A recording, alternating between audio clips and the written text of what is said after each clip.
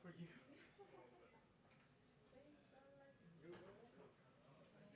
You're coming from the dining room, right? So put cola on both sides. Try to keep that.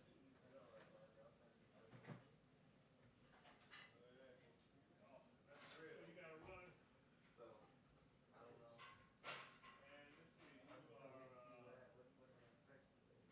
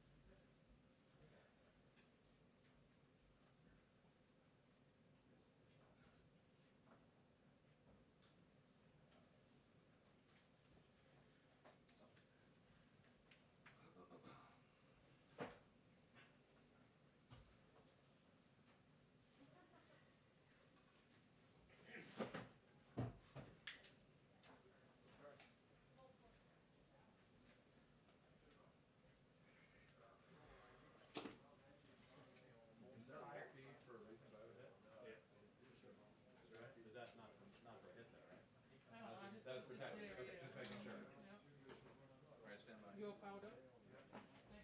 Thank you. You see channel 2 moving around?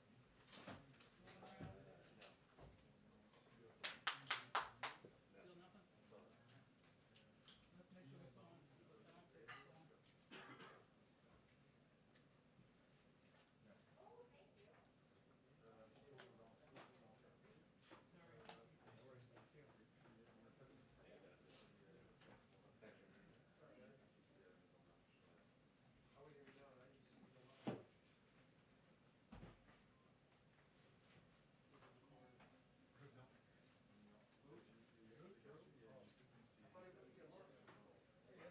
Why don't you pick it up?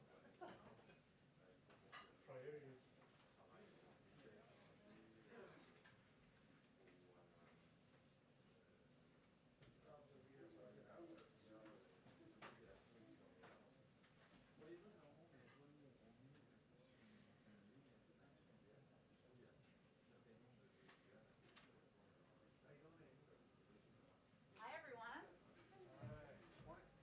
We have two more special guests for all of you today. Secretary Buttigieg has, of course, been here before, so we're not going to give him a lengthy introduction, but Administrator Regan previously served as the Secretary of North Carolina Department of Environmental Quality. There he spearheaded the development and implementation of North Carolina's seminal plan to address climate change and transition the state to a clean energy economy, and he secured the largest coal ash cleanup in United States history. Administrator Regan began his career at the Environmental Protection Agency and is the first African American man and second person of color to lead it. I will also just note before we go to them, Secretary Granholm, Secretary Buttigieg, and Secretary Mayorkas will brief the full House and Senate this evening as well. They'll take a few questions, but I will turn it over first to Secretary Buttigieg. Thank you, Jen. Good afternoon. Let me start just by saying that we know that the cyber attack on the Colonial Pipeline is affecting fuel supply for some Americans. And throughout the administration, we have been working around the clock to help Colonial return its pipeline back to normal operations quickly, safely, and securely. The President has directed us to bring all government resources to bear to help Colonial to resolve this. And we're working to assess the impact of the temporary pipeline shutdown on our national fuel supply, while also working to help alleviate any potential shortages when and where they occur.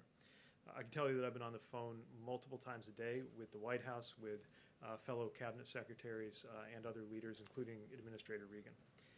We'll be doing everything that we can to reduce the impact that some Americans could see at local gas stations in some areas until the pipeline is brought back online. Colonial has announced that they're working toward full restoration by the end of this week, but we are not taking a hand in the interim to make it easier to move fuel to the places that need it. Since Friday, our interagency response group has been examining all contingencies, coordinating with Colonial, and working closely across the interagency to help alleviate any potential supply disruptions. For our part in transportation, the department has been working across our different modes of transportation to help make sure that fuel can get to the communities that need it as safely and as efficiently as possible. Our Maritime Administration, or MARAD, has completed a survey of the availability of vessels that are qualified to carry petroleum under the Jones Act in the Gulf and up the eastern seaboard.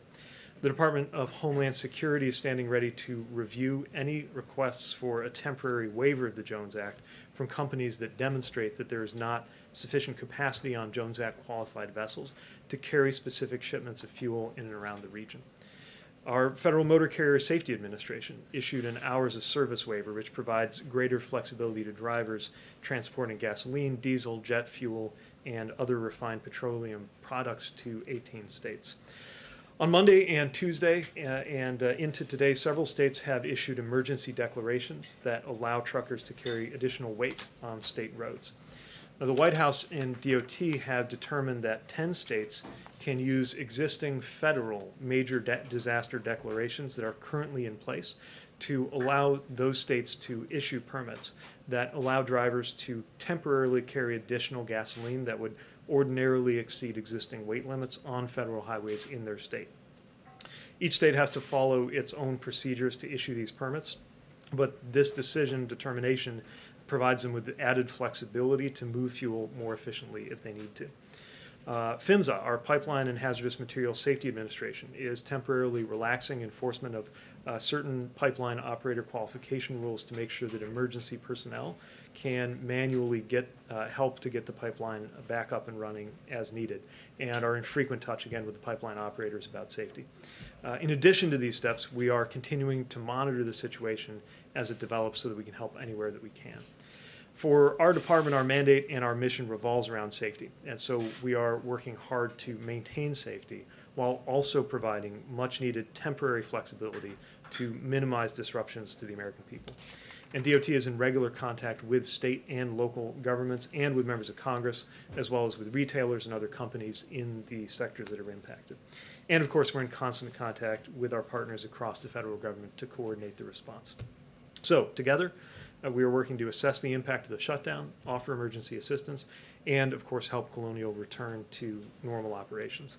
Our top priority right now is getting the fuel to communities that need it, and we will continue doing everything that we can to meet that goal in the coming days, and we'll continue to keep everyone apprised. Importantly, this incident also reminds us that infrastructure is a national security issue. And the reality is that investing in world-class, modern, and resilient infrastructure has always been central to ensuring our country's economic security, our national security, and as we're seeing right now, that includes cybersecurity. Thank you all. I'll turn it over to Administrator Regan.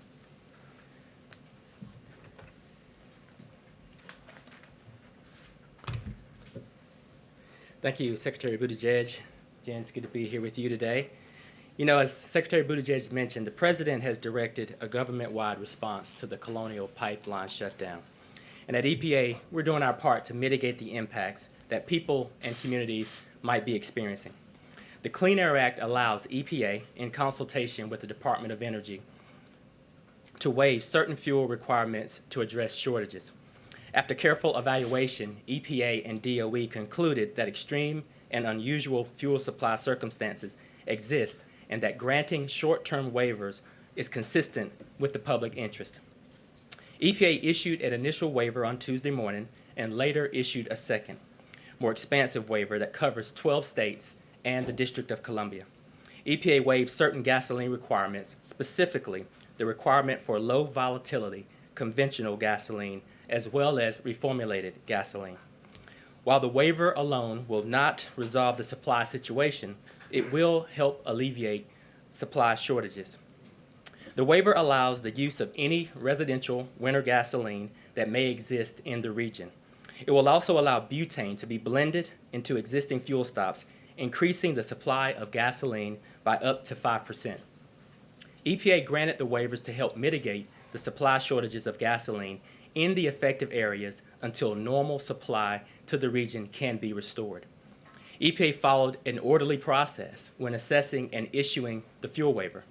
Any such waiver is limited in both geographic scope and in the duration to mitigate any potential impacts to air quality. At this time, we do not anticipate air quality problems from these limited waivers. In assessing the situation and issuing the waivers, EPA has been in close coordination and communication with all of the impacted states. Our partnerships with the states is key to being able to effectively respond to the developing situation like this one.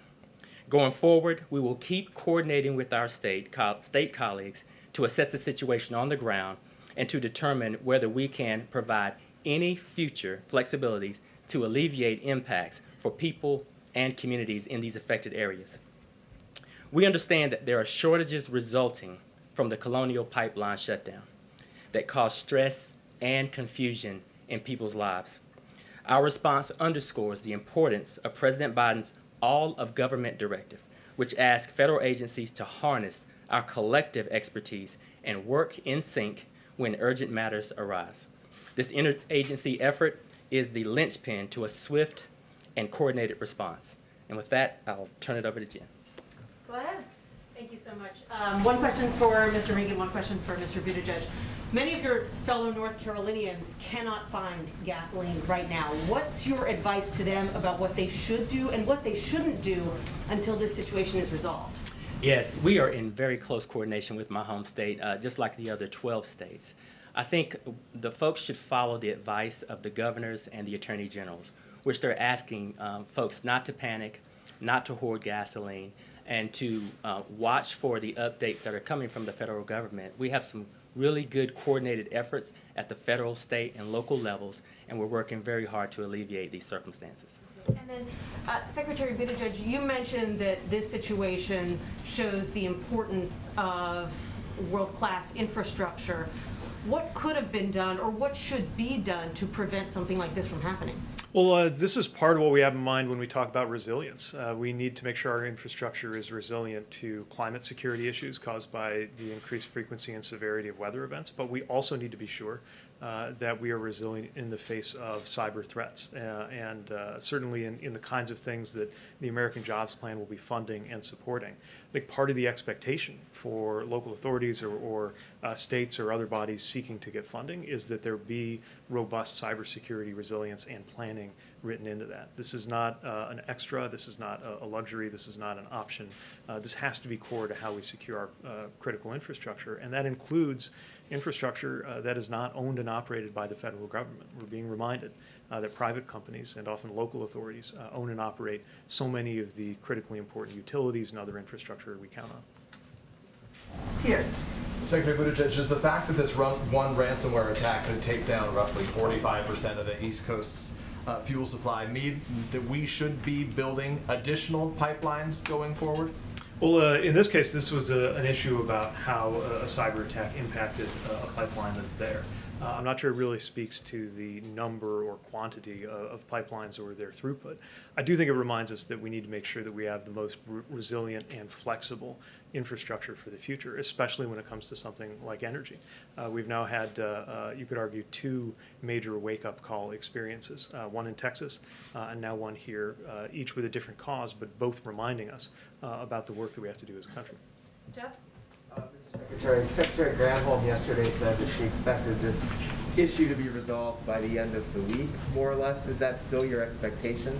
And So, go ahead. I'll defer to announcements from the company on their process. Again, PHMSA is in touch with them to review any plans that they have. I would emphasize that there is a lot that is involved in getting a pipeline up and running again. And so there's the announcement, then there's the actual process, and then some time for that to be fully up and running, which is one of the reasons why we're not wasting any time and haven't been since even over the weekend in taking the steps that we need to mitigate any shortages, even things that could happen while the pipeline is getting fully online, but before that's completely taken place.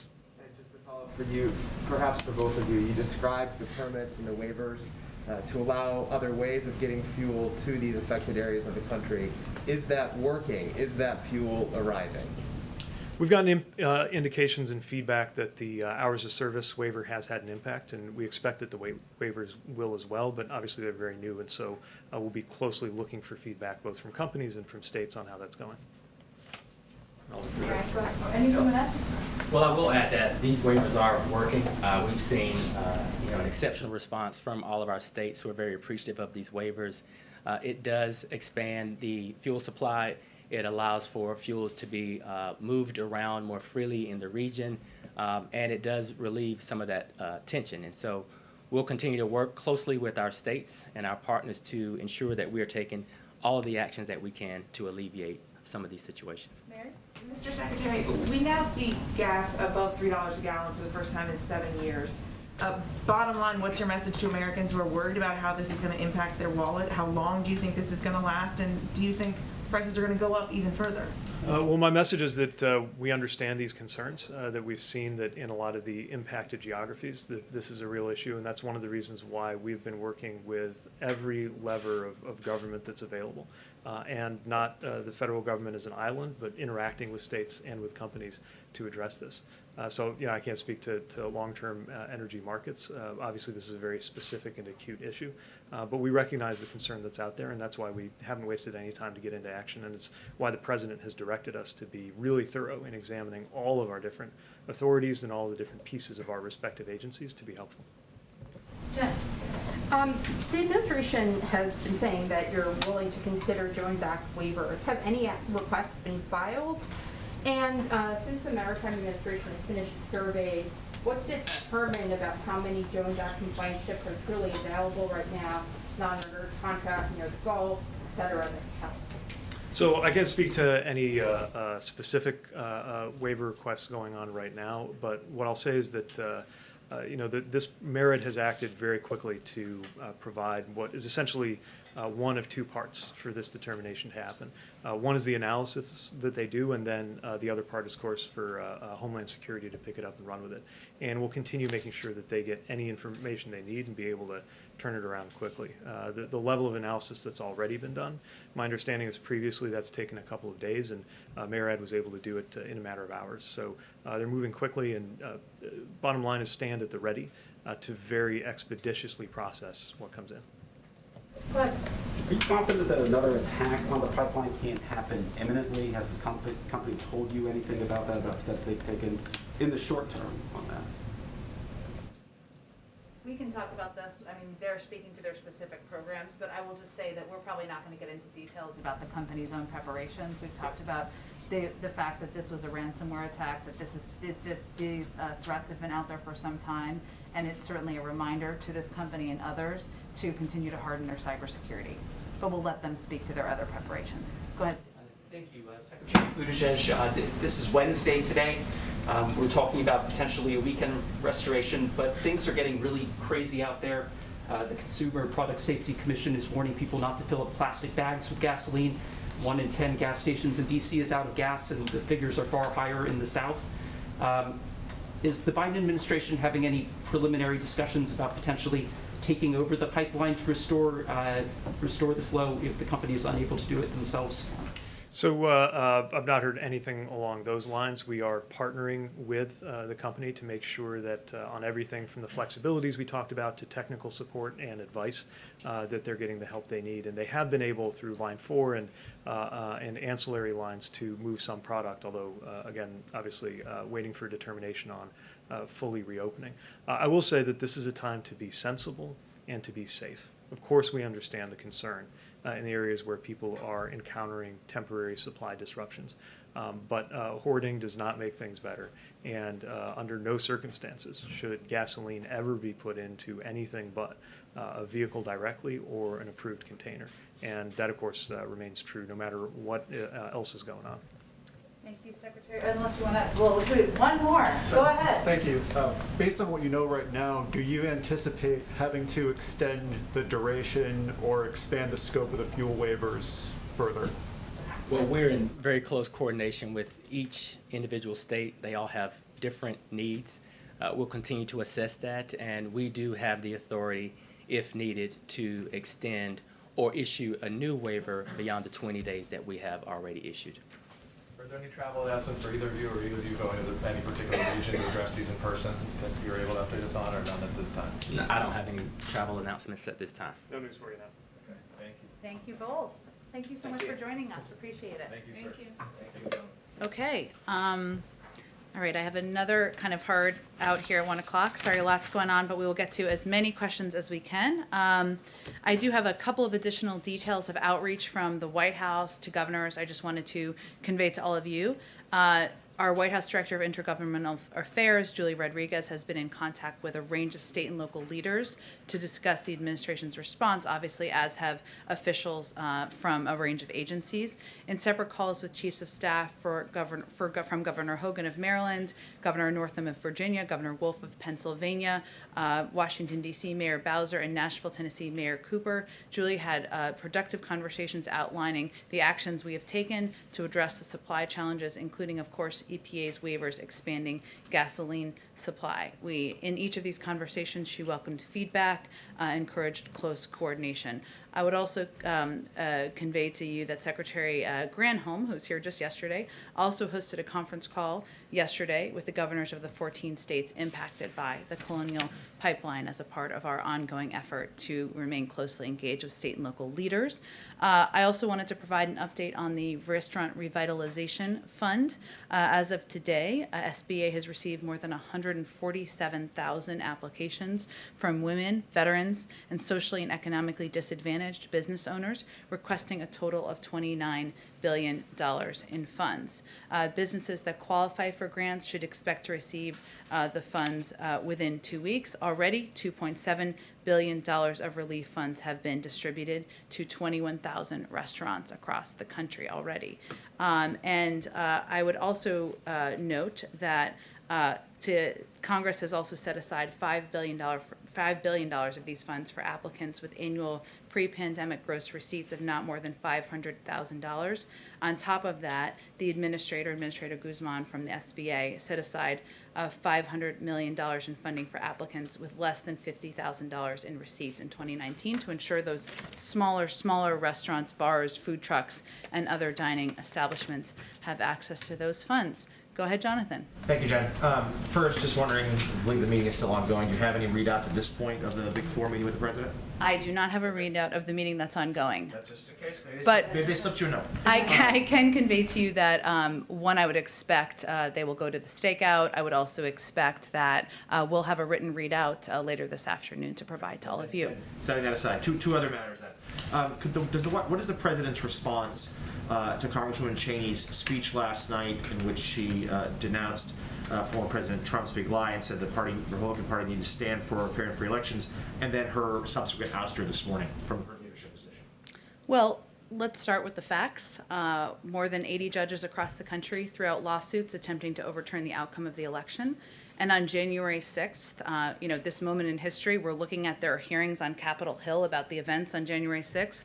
Our nation's capital was attacked, our democracy was attacked, and 6 people lost their lives. So it's disturbing to see any leader, regardless of party, being attacked for simply speaking the truth. And as the President said last week, it's hard to understand.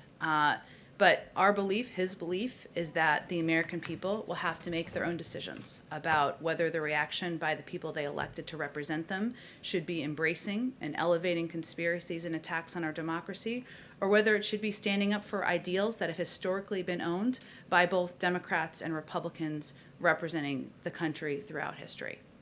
And one other matter, the escalating situation in Israel. Does the administration plan to drop their objections to a UN Security Council statement? Are there any plans to appoint an ambassador to Israel anytime soon, or to reopen the consulate in Jerusalem that deals with these Palestinian issues? Well, first let me give you a bit of an update on our outreach, and some of that we haven't read out to all of you because a lot of it has been happening privately.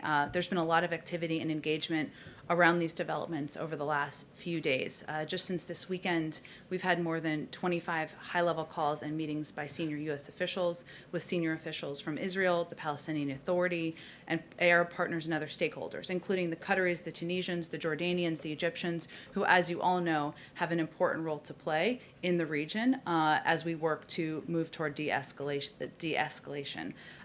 Just yesterday, we had more than 10 phone calls by senior Washington-based officials, including National Security Advisor Jake Sullivan's call with his counterpart. I will also say that in the region, we of course will nominate a qualified, experienced ambassador to Israel over the coming weeks. That's in process, and when it's ready, we'll announce that. But in the meantime, we have great confidence in our team on the ground in Jerusalem, led by a career diplomat, Jonathan Schreier, who enjoys open and regular access to a range of senior officials. And Jonathan and his team are fully latched up with both our team here, the State Department, officials on the ground. So our engagement a lot of it is happening privately through diplomatic channels. It's happening with officials in the region. We're in regular dialogue multiple times per day, as I noted, with Egyptian and Qatari officials, who have significant influence over for Hamas. And our objective here is de-escalation as we look to protecting the people in the region. Go ahead, Jen. Thanks, Jen. Just to confirm, the meeting is still going on. Yeah. As when we came out here about 25 minutes ago, it was still going on.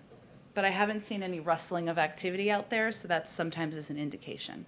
Okay. And without giving a readout on a meeting that may still be going on or had started anyway, can you give us a sense of when the President says he's looking for consensus on a compromise, what points did he bring to the meeting on which he is willing to compromise?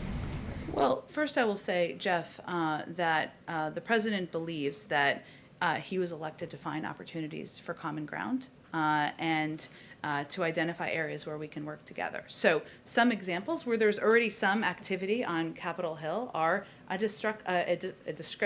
a conversation, I should say, that was a hard word for some reason, about infrastructure investment, modernizing our nation's infrastructure. As you all know, there's going to be a meeting tomorrow with Senator Capito and a number of Republican senators to discuss exactly that, to discuss the counterproposal they put forward and where we can find some common ground. But there is also an opportunity to work together on areas like increasing competitiveness among our workforce, to competing with China, to addressing the semiconductor chip shortage. There are a range of issues that there has historically been bipartisan cooperation on, including issues like immigration. But we will see what comes up in this meeting when it concludes. Obviously, the president has his agenda to discuss what we can work together on moving forward to help the American people. Each of those 4 leaders who are coming, none of them are wallflowers. I'm sure they will have items they want to discuss as well, and I expect they'll share that with you when the meeting concludes. Would corporate taxes be one area where he may have said, I'm willing to go to 25% instead of 28%? Well, he's conveyed that certainly publicly, and I wouldn't see this as a negotiation to come to a conclusion about the American Jobs Plan and how it will be paid for, but he's expressed an openness to a range of proposals, and his bottom line is that inaction is unacceptable and that he is not going to raise taxes on the American people who are making less than $400,000 a year, but he's open to a range of proposals. Go ahead. We heard Secretary Buttigieg just mention the desire to include more funding for cybersecurity in the American Jobs Plan. Why wasn't that included in the president's initial plan? And is it a must-do for you now? Well, I think what he's really what the secretary was talking about is how the grant funding is determined and what will be required for that grant funding, and that's part of the process, as you know, as these negotiations and conversations are happening with Capitol Hill. So, you know, I think at this point it will include, as the discussions continue, tying specific grants to recipients' implementation of cybersecurity goals, using tax credits to finance needed cybersecurity improvements. But I think it's clear that cybersecurity, ensuring private sector companies are hardening their cybersecurity, ensuring it's an across-the-government effort, is a priority to the president, and this will be linked now to our proposal for how specific grants should be distributed. And we have seen a bit of a shift in tone out of the White House in the last 24 hours. Yesterday, we were told there aren't supply shortages, it's a supply crunch, it will be short-lived. Now you all are describing it as supply shortages. Is the impact of this hack more than you anticipated?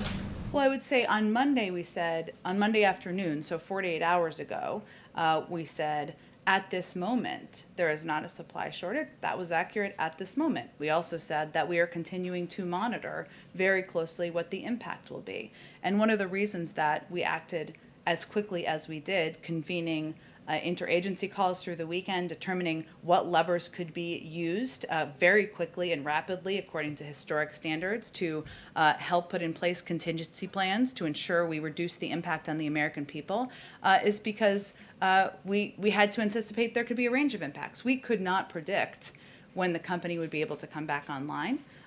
They obviously need to make those determinations themselves. So our role is not to determine that on their behalf. It's to make preparations to help reduce the impact on the American public. And this obviously raises concerns not just about future attacks on pipelines, but other aspects of the electric grid, water systems, the like. Can Americans trust that the government can prevent future attacks going forward? Well, I would first note this is an attack on a private sector company. And as I noted a little bit earlier, when I'm not even sure you could hear me, but you know, this was an attack using ransomware. This ransomware has been out there for some time. Deputy Secretary Mayorkas, when he was Deputy Secretary, talked about, when he was here just 2 days ago, the fact that we were warning about the need to harden for companies to put in place cybersecurity protections back several years ago. And that's something we will redouble our efforts on. At the same time, we have, since this president took office, we have also redoubled our efforts on public-private sector partnerships and efforts to work together on not just best practices, but ensuring we are protecting exactly the systems that the American people rely on. As you noted, some of those are federal entities, some of them are private sector entities, but that has been our objective from the very beginning, and this is a reminder of how important that is. So what kind of steps can you take to try and encourage private companies, private entities? Are there tighter restrictions you can put on their cybersecurity? to ensure that these kinds of attacks don't happen going forward? Well, there is an element of any company seeing what has just happened over the last several days being a reminder of how important those steps are, and that is out of our hands. That is probably thanks to the reporting of all of you. But I would say that one of the reasons that we have stood up under Ann Neuberger, who was just here a couple days ago, and elevated a public-private coordinating apparatus or effort to work with the private sector is because we want to ensure that well-intentioned companies understand what they need to put in place and understand the risks that they're facing. Because we know, as this is an example of, that it won't just impact that company, that it can impact, depending on the entity, the American public. Go ahead. How can the president work with Kevin McCarthy, who's poised to anoint to a position of leadership of the Republican conference someone who does not believe in the legitimacy of the last election? Well, the president is no stranger to working with people who he disagrees with or he has massive fundamental disagreements with. The facts are on our side. And more than 80 judges across the country threw out lawsuits attempting to overturn the outcome of the election. What the president believes his role is to lead by example and to offer an alternative of leadership to the American people, which is reaching his hand across the aisle, offering to work with members of both parties on addressing issues the American people have concerns about. We heard from, I want to ask you about ransomware. We heard from Buttigieg and from the administrator of the EPA just moments ago. If you can help, you speak for the president. What is his message to Americans right now who are worried about the supply of gas and rising prices? His message is, I understand, and I am doing everything I can, using every lever of government to ensure we reduce the impact on the American people and their lives. Whether it is because they want to do travel for the weekend, whether they are going to visit their grandchildren because they just got vaccinated, just to incorporate another objective, or whatever it may be. And his concern his focus from the very beginning is do not halt. Act. I need you to act. I need you to take action to put every step in place that is possible. Did Colonial, I think I know your answers to these, but I want to ask them, did Colonial pay the ransom already, or will they pay it? I would send you to Colonial to answer that question. Of course, the guidance from the FBI is not to do that. Does the U.S. government know whether they paid or intend? I just don't have anything more for you on that. Do you believe that the public and the government have a right to know when a major national security asset, like in this case, pays or would pay a ransom to the Russians? Well, first of all, Peter, we have not made an official attribution aside from the individual. To whomever. Okay, but that's an important point. Just for clarification, of official attribution, I will say that there is advice and guidance we give from the federal government because we know this incentivizes additional attacks. That is guidance that's given from the FBI. But this is a private sector company, and I would refer you to them for any questions about what they have or have not paid. Thank you, Jen. Go ahead. Thanks, Jen. Going back to the topic that Peter first touched on, Yeah. how does this president approach negotiating with someone who says that 100% of his focus is on stopping this administration? Well, I would say first, this is a meeting where they could spend the entire time talking about areas where they disagree, including who won the election. And the president has 80 judges in courts and tens of millions of Americans behind him on that piece. But he doesn't find that particularly constructive. Clearly, the Republican Party has to work out who they are and what they stand for. But this is not a meeting that's focused on that. So the president has a long history of working with people where he has strong disagreements, and his objective and his focus and his time today, nothing more valuable than the president's time, is going to be finding common ground, and that's how he'll approach it. More broadly, how would you say that this administration approaches the art of compromise differently than, say, the Obama administration did? What did you learn from those 8 years? Well, first I would say that the vice president, and the president was the vice president at the time. He was not an outside actor, right? And he worked in close partnership with then President Obama to get a lot of work done for the American people, from the Affordable Care Act to the American Rescue Plan to moving forward an agenda in what we felt was the right direction. In terms of lessons learned from that period of time, I think that anyone who spent 8 years as vice president would probably look back and think, what would I have done differently at the time? I'll let him to speak to that more specifically. Go ahead. Okay. Just looking ahead to tomorrow's meeting, what do you expect to gain out of that meeting? We talked to, I believe, all of the offices for the Republican senators who were involved, and one of them said, if the White House isn't prepared to come down on its overall number or change the funding structure, then this is all pointless. What's your response to that? The president's been clear, as have I, speaking on his behalf, that he's open to compromise, and his only line in the sand is around inaction. And certainly, I don't think anyone anticipates, including the members attending, for this to be a definitive meeting with an outcome where everything's signed with a bow or tied with a bow at the end. But we have been encouraged by the proposal. We expect this to be a good faith discussion, and the president's certainly approaching it through that prism. Go ahead, Karen. Thanks, Jen. Yesterday we heard from Senate Republicans, including Susan Collins, who said that the public's no longer looking to the CDC for guidance because the CDC is moving too slowly. We saw Georgia move ahead on the vaccinations for as young as 12 years old without waiting for the CDC. Is the White House concerned that the public is tuning out the top health experts? Well, I think you referred to two people who are obviously in public life, but I'm not sure that's a reflection of the totality of the American public. What we know is that, or how we've approached things, is that we believe that health and medical experts should be our North Star, and that leaning on them and their data analysis and their review of what they think the guidance should be to ensure that the American people can be confident in that should continue to be our North Star. So here's what we also know. As more people get vaccinated, there will be less and less need for certain restrictions. And the CDC has said they will continue to evaluate the science and update their guidelines. But our objective is to ensure that the American people have confidence in the fact that we are leaning into, we're not making political decisions. We are leaning into the advice and counsel of medical experts. Sometimes people may feel that's slow. We understand. It's frustrating. I'm tired of wearing a mask too. We understand how the American people are feeling, but we feel it's important to still maintain that commitment. Go ahead. Has the White House conveyed the message to the CDC that it should be moving quicker to loosen restrictions? Does that come from the White House? No. We have conveyed that we will continue to abide by the health and medical advice of our health and medical experts, many of whom are working at the CDC, and we look forward to, as more people are vaccinated, them continuing to update their guidelines for the public. One on infrastructure. You had said earlier that you wouldn't see this as a negotiation to come to a conclusion about the jobs plan and how it will be paid for.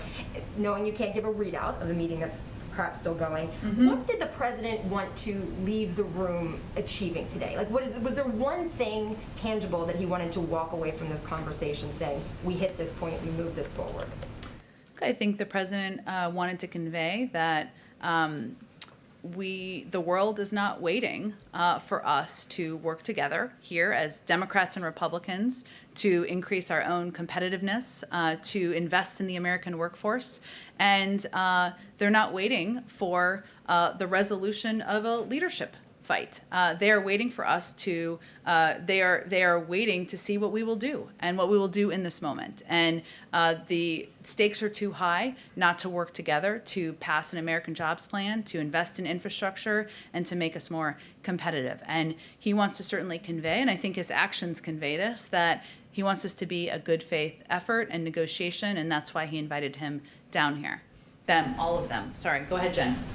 Two things. One, just very quickly, it seems like the leadership meeting has been out. Yeah. I don't know Should we wrap? I don't know if there's anything that you kind of had embargoed until that was over that you want to add about the meeting? I do want to give you an actual readout of the meeting. So I have not, I don't have any update on the meeting. And if anybody wants to go out there to a stakeout, I will not take it personally at all, or no one who's watching. About the inflation report today. Yeah. And how the administration sees these numbers. Is there a concern that high inflation is going to continue for a long time and that the administration might need to rethink its spending plans? How high a monthly reading is the administration willing to see kind of quarter after quarter? And then, there's a phrase that's been used a bit by some administration officials, including Cecilia Rouse, saying that it's transitory.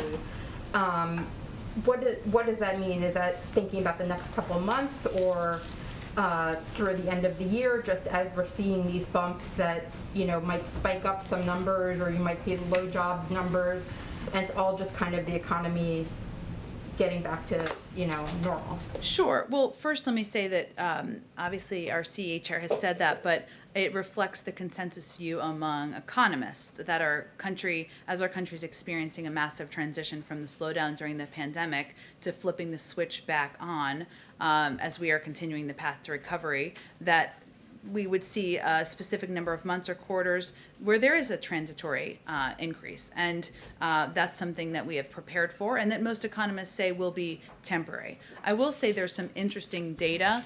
It will be interesting to us, I think, hopefully to others. But, you know, for example, that as we looked at this data, so airfares increased by 10%, but are still almost 20% below pre-pandemic price levels. Hotels also saw a price increase, but remain below pre-pandemic price levels. So Americans are feeling more comfortable traveling again. That's a good sign. And a lot of these price increases are still below what they were prior to the pandemic. We're also seeing in the data that some of the price increases impact a reflection of the supply chain pressures. So if you look at used motor vehicle prices, that accounted for more than a third of the increase, and that it was an impact in large part because there are fewer new cars, and as a result, there are more. And that is an impact of the semiconductor chip shortage, right? So there's a couple of data points that are specific to this moment, and we knew just as the economy sort of shrunk and shut down, that as it's turning back on, there would be some of these impacts. But we are constantly tracking. We have shared our expectations on inflation. As we experience this massive transition, we continue to chart our path to recovery, and we know that number of the investments that we have proposed were long needed even before the last several months. Just one bigger picture question. You know, you have these surprising inflation numbers. The jobs number was much lower than expected. Situation in Israel, the pipeline.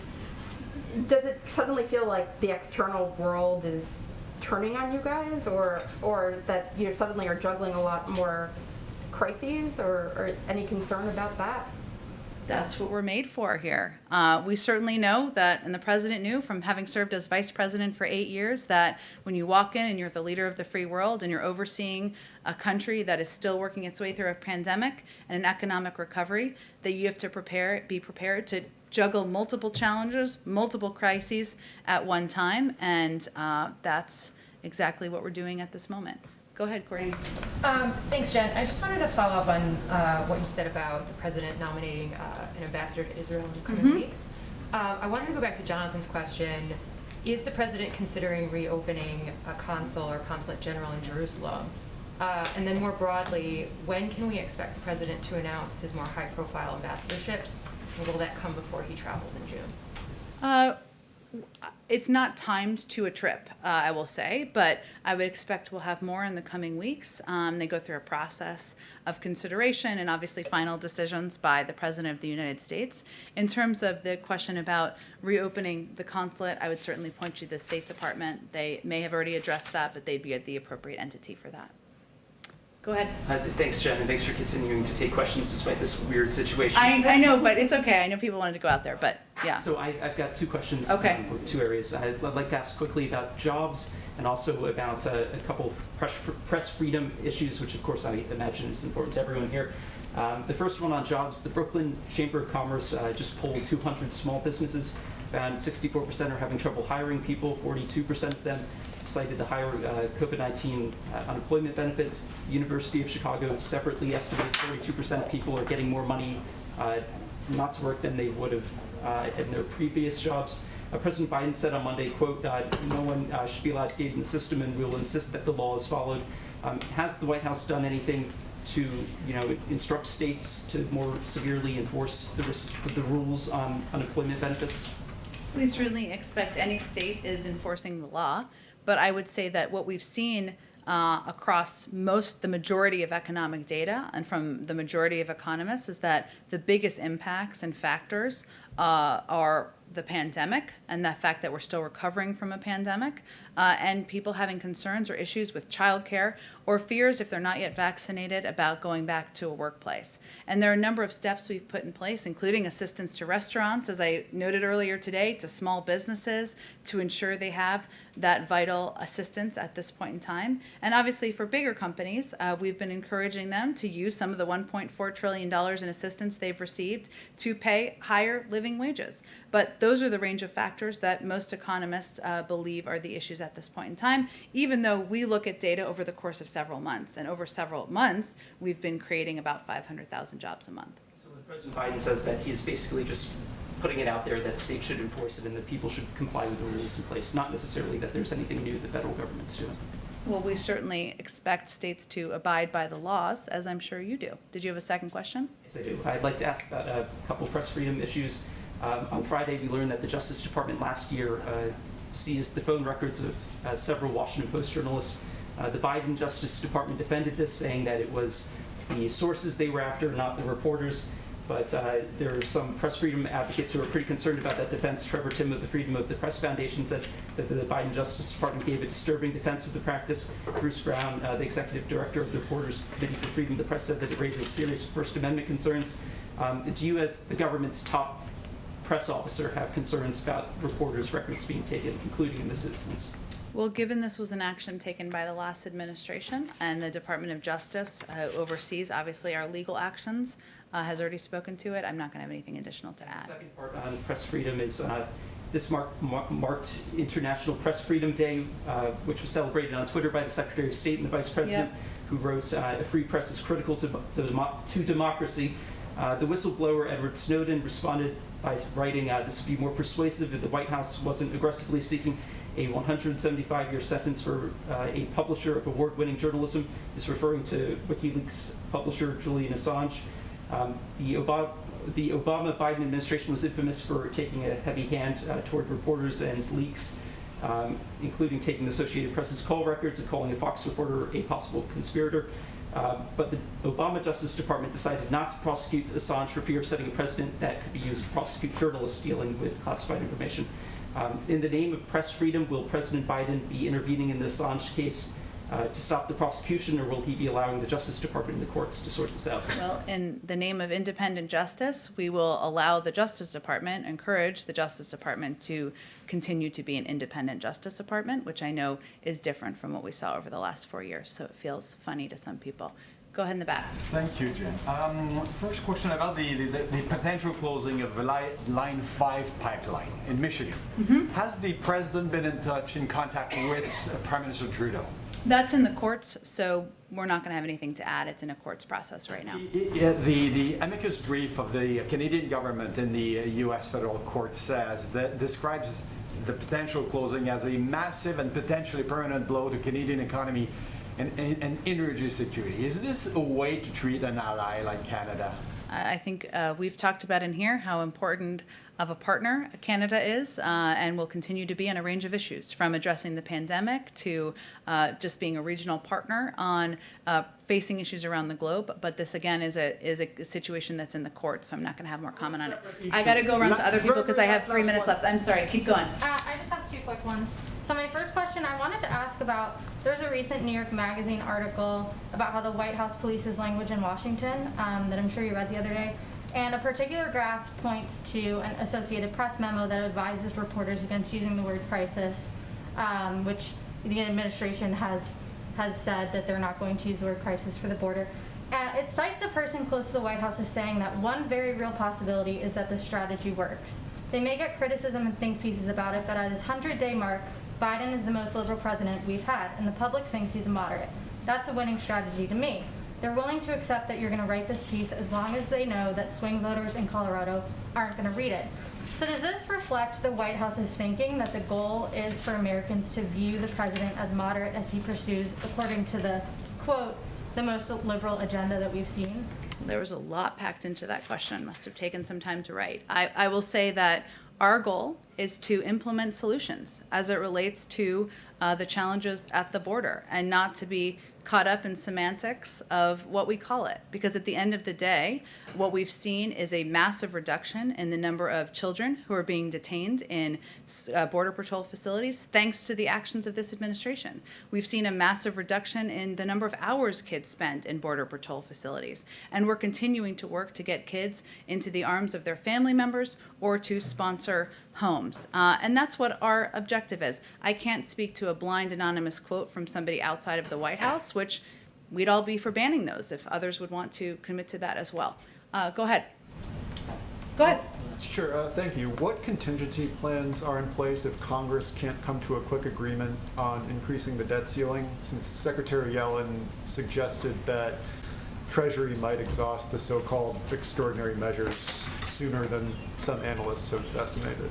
Well, let me just first say that we fully expect Congress to act in a timely manner to raise or suspend the debt ceiling, as they did 3 times on a broad bipartisan basis during the last administration. And as you know from covering it, raising or suspending the debt ceiling does not authorize new spending. It merely allows Treasury to meet obligations that Congresses have already approved. So that's what our focus is on, and we certainly expect them to follow suit of the last several administrations, or last several times they raised it. Go ahead in the back. Thank you, Jen. Thanks for your patience. No problem. Just a few quick ones, and Sure. I'll be quick. Does immigration continue to be a priority in these meetings that are so important, and they could do a lot for the progress of an immigration bill?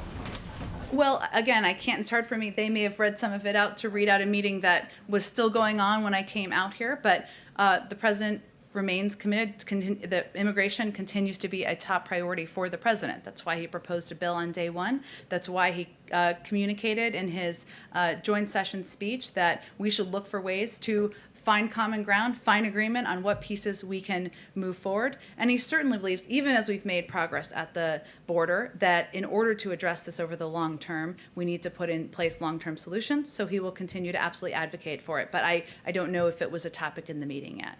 The rancher the couple who found the 5 young girls that were rescued a few days ago, said to the president in an interview that he did, "We want you to come to the border. This is not humane anymore." What do you have to say about that? I will say first that that was a heartbreaking situation, and we're thankful for the work of CBP to ensure those minors' safety.